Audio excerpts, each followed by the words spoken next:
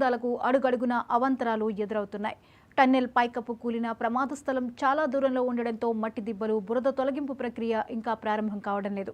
సొరంగంలో ఇంకా 2.5 మీటర్ల మేర బురద అలాగే ఉండడంతో అక్కడి నుంచి ఘటనా స్థలం వద్దకు నడవడం చాలా కష్టంగా మారింది.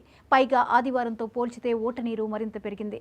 ఇప్పటికీ నిమిషానికి దాదాపు 3,500 లీటర్ల చొప్పున నీరు ఉబికి వస్తుండడంతో నిల్వ పేరుకుపోతోంది.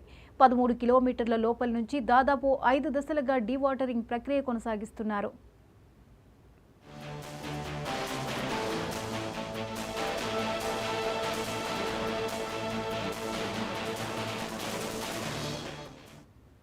నిన్న మరో 100 HP మోటార్ను ఏర్పాటు చేశారు. ఉత్తరాఖండ్లోని సహాయక చర్యల్లో పాల్గొన్న ఎన్డీఆర్ఎఫ్ సిబ్బందిని ఈ రెస్క్యూ ఆపరేషన్ కోసం రప్పించారు. అయితే శనివారం రాత్రే రెస్క్యూ ఆపరేషన్ పనులు ప్రారంభమైనా ఇప్పటి వరకు యాక్షన్ ప్లాన్ కొలిక్కి వచ్చినట్లు కనిపించడం లేదు.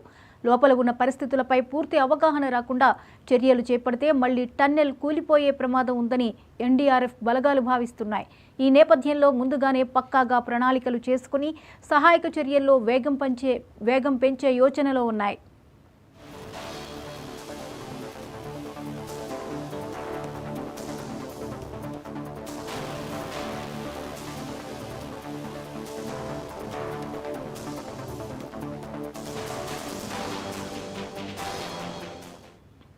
పూర్తిస్థాయి రెస్క్యూ ఆపరేషన్ చేపట్టేందుకు సహాయక బృందాలు సోమవారం మధ్యాహ్నం 3:40 పూర్తి ప్రణాళికతో టన్నెల్ లోపలికి వెళ్లాయి.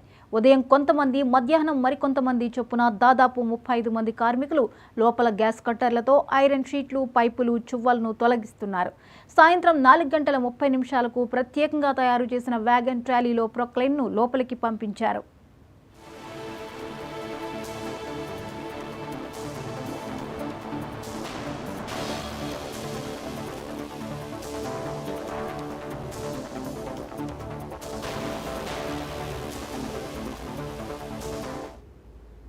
సొరంగంలో టీబీఎం పనిచేస్తున్నప్పుడు వచ్చే మట్టి, రాళ్లను బయటకు తరలించేందుకు టన్నెల్ పొడవునా కన్వేయర్ బెల్ట్ ఉంది.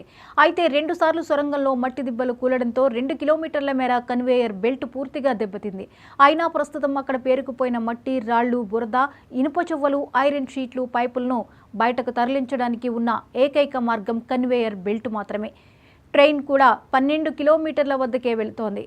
అక్కడి నుంచి బురద పేరుకుపోయింది. ప్రొక్లైనర్ వెళ్లినా బురద క్లియర్ కాకుండా పనులు చేపట్టే అవకాశం లేదని ఎన్డీఆర్ఎఫ్ నిపుణులు చెబుతున్నారు.